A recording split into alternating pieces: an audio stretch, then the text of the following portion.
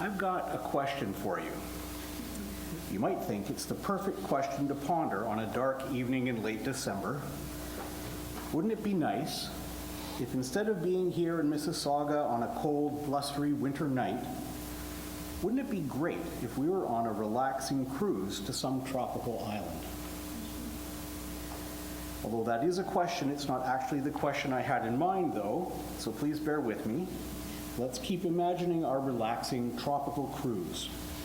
Now imagine that our ship has run into some serious trouble. The next thing you know, we're all abandoning ship and we find ourselves in lifeboats in the middle of the ocean.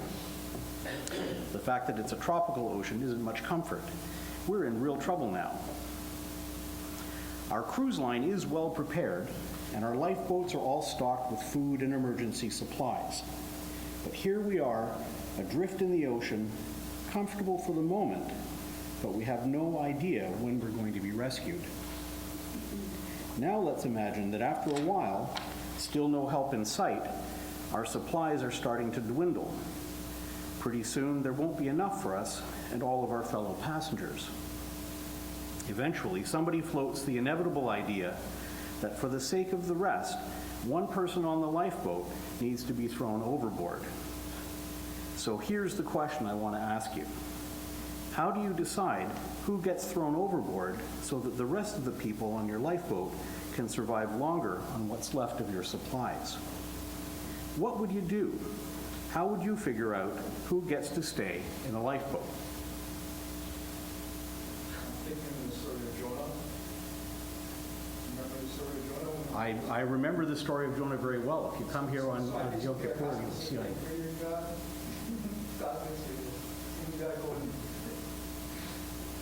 So the person who's running away from God should go overboard, like Jonah. Okay, that's one idea. And then praise God, like, hey, one miracle on the board of water, it's going to happen. All right. So divine intervention is one idea. Any other ideas? How would you decide? Yes. As a leader, you should recommend yourself over anyone else. Okay. Captain goes down with the ship. Okay. Any other ideas? Yeah, but he's just in one lifeboat. There's a lot of other lifeboats. All the other lifeboats have to figure their own problem out. Yes. Ask for volunteers. Yes. Hold the short straw. Short straw. How about save the women and children? Save the youngest ones, people with families, healthy people maybe. Keep the doctor on board. Also keep on board people. Dump the person with the longest criminal record. I don't know. There's lots of different ideas here, right?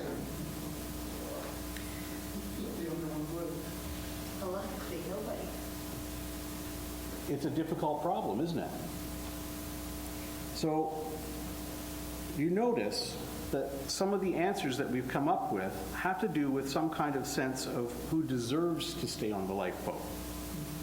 So let me ask you now, for how many of those kinds of ideas, which of those would you personally get to stay in the lifeboat? Did anybody hear any of the suggestions that were made that made you a little bit nervous about having to take a long, long swim?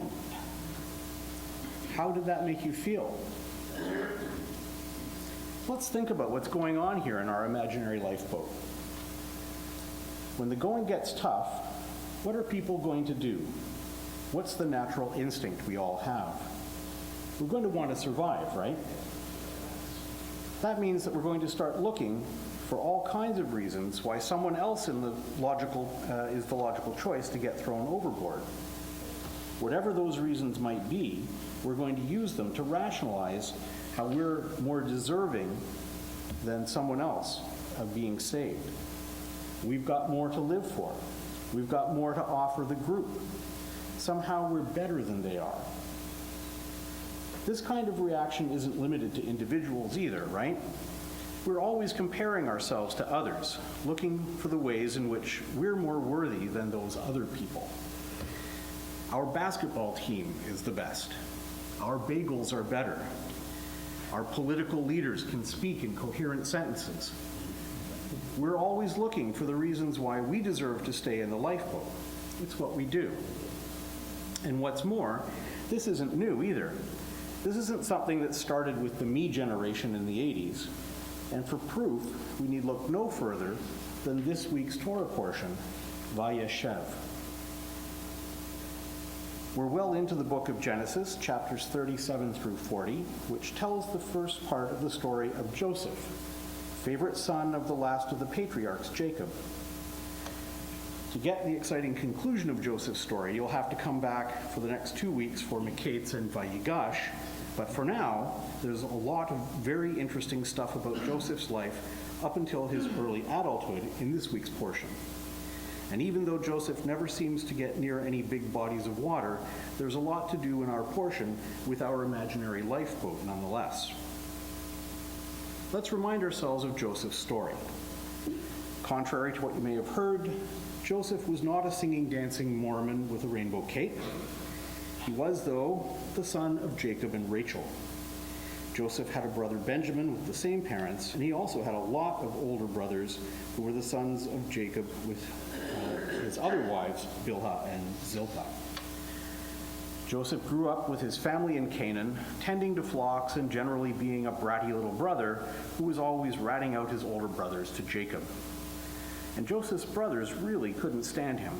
They hated him so much, the Torah tells us, that they couldn't even stand to say hello to him. It certainly didn't help that Jacob showed blatant favoritism to Joseph. Jacob did give Joseph what the Torah calls an ornamented tunic. That's where Donny Osmond's rainbow cape came from. But unlike his father Jacob, his grandfather Isaac, and his great-grandfather Abraham, Joseph was not a prophet, meaning God never spoke directly to Joseph the way he did with the patriarchs. However, Joseph did have a prophetic gift. Joseph had prophetic dreams, and God would give Joseph the insight to interpret other people's dreams in a prophetic way. This gift that God gave Joseph was has a really important role to play, not just in Joseph's life, but in the unfolding of the whole story of the Jewish people. The first time we hear about Joseph's gift for dreams comes when he's just 18 years old. The Torah tells us that Joseph dreamt that he and his brothers were binding sheaves in the field when suddenly Joseph's sheaf stood up straight all by itself, and his brothers' sheaves all bowed down low to Joseph's sheaf. This did absolutely nothing at all to endear Joseph to his brothers. A little later, Joseph told his father and his brothers about another dream where the sun and the moon and 11 stars all bowed down to Joseph. Even Jacob got mad at Joseph for this one. He said to Joseph, "What is this dream you have dreamed? Are we to come, I and your mother and your brothers, and bow low to you to the ground?" Everyone was so annoyed with Joseph's arrogance that one day, when the brothers were out in the back 40 grazing the sheep, Jacob sends Joseph out to go and see how things are coming along. And when Joseph catches up with his brothers, they're so angry at him that they plot to kill him. After some heated debate, though, they decide it'd be better to sell Joseph as a slave to a caravan instead of killing him. Still, to cover their tracks with Jacob, the brothers take Joseph's fancy tunic off of him, tear it up, and splatter some goat's blood on it. And when they get home, they show it to Jacob and let him draw his own conclusion that Joseph was killed by a wild animal. Now, we know that this is far from the end of the story for Joseph. Really, it's still just the beginning. But before we move on, I want to stop and think for a minute about why all of this happened. What did Joseph do to get him into this predicament? Ideas? Yes?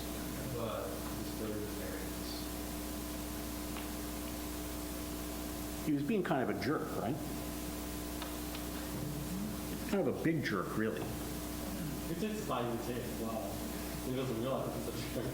I mean, what's interesting is, that, I mean, his dreams are prophetic. They do actually come true. But what's Joseph's motivation when he's telling his brothers about this story? Is he, trying to let them in on some kind of, is this like spoiler alert? Or is he thinking about the lifeboat? Could it just be naivete? He's just recounting. He's naive. He's only 17. The brashness of youth, very generous. Let's put it in terms of our hypothetical tropical cruise gone wrong. I think a lot of us would agree that Joseph was using his God-given gift of prophetic dreams for the decidedly ungodly purpose of telling his brothers how much more deserving he is of getting to stay in the lifeboat. Putting a pin in the lifeboat for a minute, not so much as to cause a leak. Mixing metaphors here, we better be careful. Let's get back to the caravan and on its way to Egypt. Joseph is sold as a servant to Pharaoh's chief steward, Potiphar. The Torah tells us that God was with Joseph and he was always successful in anything that he did. So much so that from being a lowly slave, Joseph rose to become Potiphar's right-hand man, which, with God's grace, meant that Potiphar and his whole household prospered. The Torah also tells us that Joseph was a good-looking guy, and Potiphar's wife had a wandering eye. She was always trying to seduce Joseph, but Joseph wasn't having it. One day, things got out of hand, and Potiphar's wife framed Joseph out of spite. Potiphar threw Joseph into the Pharaoh's dungeon. So Joseph, for the second time, finds himself going from hero to zero in no time flat. However, even in the dungeon, God is with Joseph, and the chief jailer takes a shining to him.